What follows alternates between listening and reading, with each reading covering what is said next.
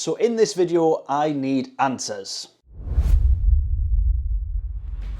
Hey guys, welcome back to Affinity Racing and another Gran Turismo episode where we've literally just finished up a tremendous race for round 3 of the manufacturers at Road Atlanta. We had ourselves a little bit of a nightmare, and yet our race result really didn't match the problems that we faced in the race. And quite frankly, I still don't quite understand how this race result came about. We did watch the replay for some answers afterwards, but let me know your thoughts and let me know how you got on in this week's round of manufacturers. Very much looking forward to the next one. Nürburgring GP will be round 4 of 4, and let's see how we get on with that. But in the meantime, we're off to Road Atlanta.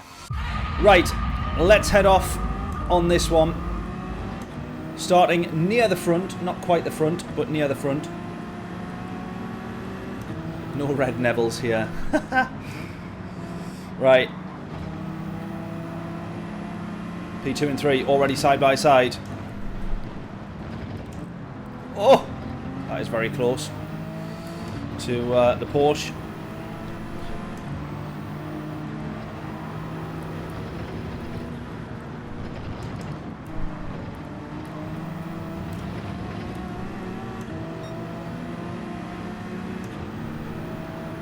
Right, first lap clean enough so far. Oh God, I just so very nearly went into the back of him there. Oh, I did on that one. He's all right though. We also got hit behind there as well.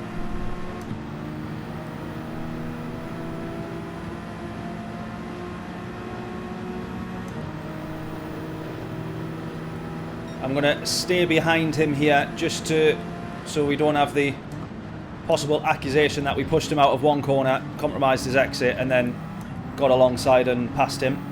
So it's fair game from now.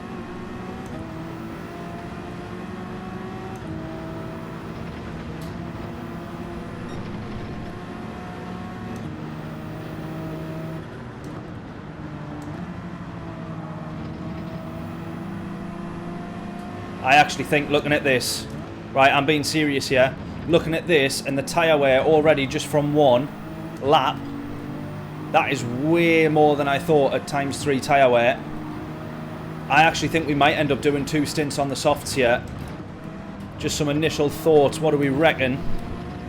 I think there's going to be so much more time lost on tyre deg than I first thought.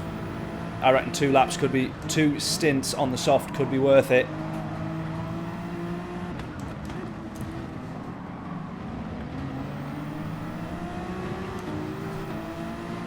Two stops probably, John's reckoning.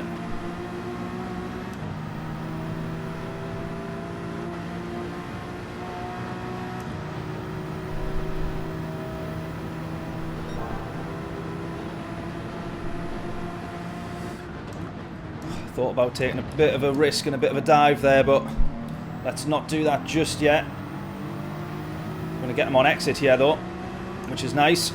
He'll definitely take that. Right, P4.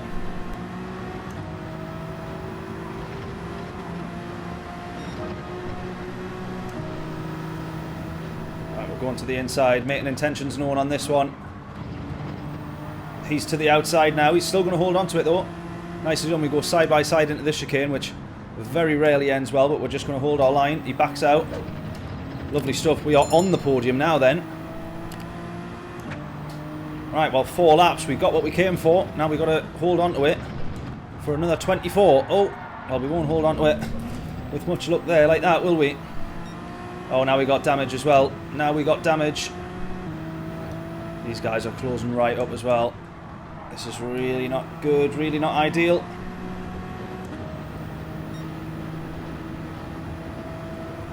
Yeah, he's gone for that. Look at that, he's just breezed past.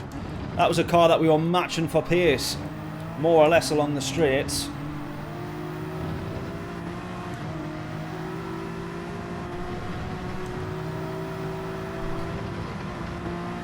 And now he's just absolutely breezed past us.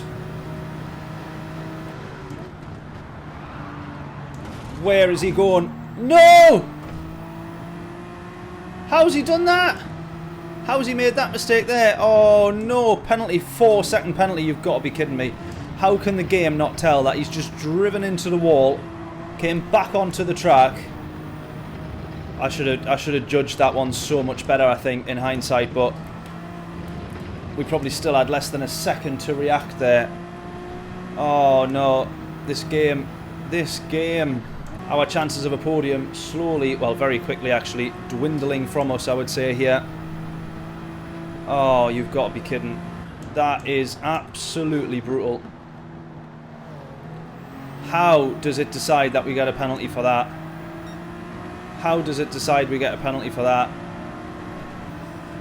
Yeah, we're all saying box, but I just don't know just yet, because we're only going to end up on a very short stint here and end up doing more laps on the mediums as well as anything. We're out a second a lap slower, but I think we'll be a second a lap slower when we're on the mediums or when we're on the very worn set of softs as well. So either way, it's not really ideal, but I get the feeling with my quick maths here that it's I feel like that is going to be cancelling out, but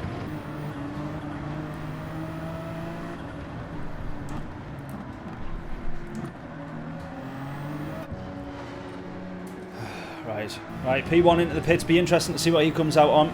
Right, what do we do here? Do we think we try and do the rest of the race on the mediums?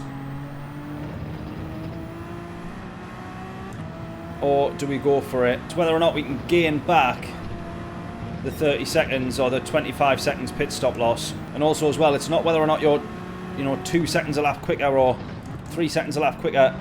It's also against the tyre deg that you're then racing against of that of the mediums if we went back onto the softs again. Right, so here's the thing. Anybody that pits in front of us now, realistically we should be able to get, I think, give or take 1 or 2 positions that are maybe just out of reach and would just pip us out of the pit. I'll be honest with you, coming onto this one, I was feeling pretty confident. I'm not doing too well. Right, do we pit next lap and try and gain back all our time on the soft tyres, or do we just crack on? Frank Paul, how we doing? Fast on the softs. We were better on the softs until we started getting a load of damage. That slowed us down, that's for sure. See, look at this, P1's pitting here. So we could actually end up back in P4. How mad's this? Have I totally missing something about this race here? Oh my god. Right, I'm staying out then. I'm staying out because we could be on the podium. We're just going to have to do 10 laps on the mediums, which is going to be a bit brutal. But if we can defend our way around... How's this worked? What have I not done in this race for it to go this way? I've got no idea. Unless everybody has tried the two-stop. That's the other thing. Unless this is proving the theory of the two-stop to be wrong. He's pitted. He's pitted. P2 has pitted. Right, Stelio here must be the original race leader, the guy who actually did start pole position, I think. Because he just flew away and made such a big gap. Doesn't look like, I don't think, that he would have made many or any mistakes. There we go though, 4 seconds the gap. We're going to absolutely secure P2, and I've got no understanding of how, because we've ended up at the back of the grid. We've had a 3-second penalty. We've had damage, which we carried for 4 or 5 laps, of which was slowing us down by 2 seconds a lap. Christ, without all that, we would have been on for the race win. We've had damage to repair when we're in the pits. I think that was only a second though, or a second and a half. Wasn't too much. Now, I'm going to have to sit and wait here. We've not got a penalty, so we've definitely, absolutely abided by the rules. We've got P2, and I've got no clue how. I want to understand how we got this result. This is absolutely nuts. So it's these guys in front that I want to work out. How did we get past them, and what happened to them in the race? So we're P3 here by the time it hits lap 5, but then of course we start having a bit of a nightmare. So we get overtaken there. This firstly is the nightmare that we have. This guy hits the wall, comes back across. What chance have we got? And we get a 4-second penalty for running him off the track after he bounces back on from hitting the wall. That is just... Gran Turismo needs that sorted out, because that is what ruined at the beginning our race. So then we serve the penalty. So now we're down to P7, P9, P10. Honestly, I just don't understand it. I think most people have gone and done 2 stops, to be fair. I think that is what it is, you know. Most people have gone and done 2 stops. So even though we lost all of that time We got binned, we ran with the damage, we had the penalty.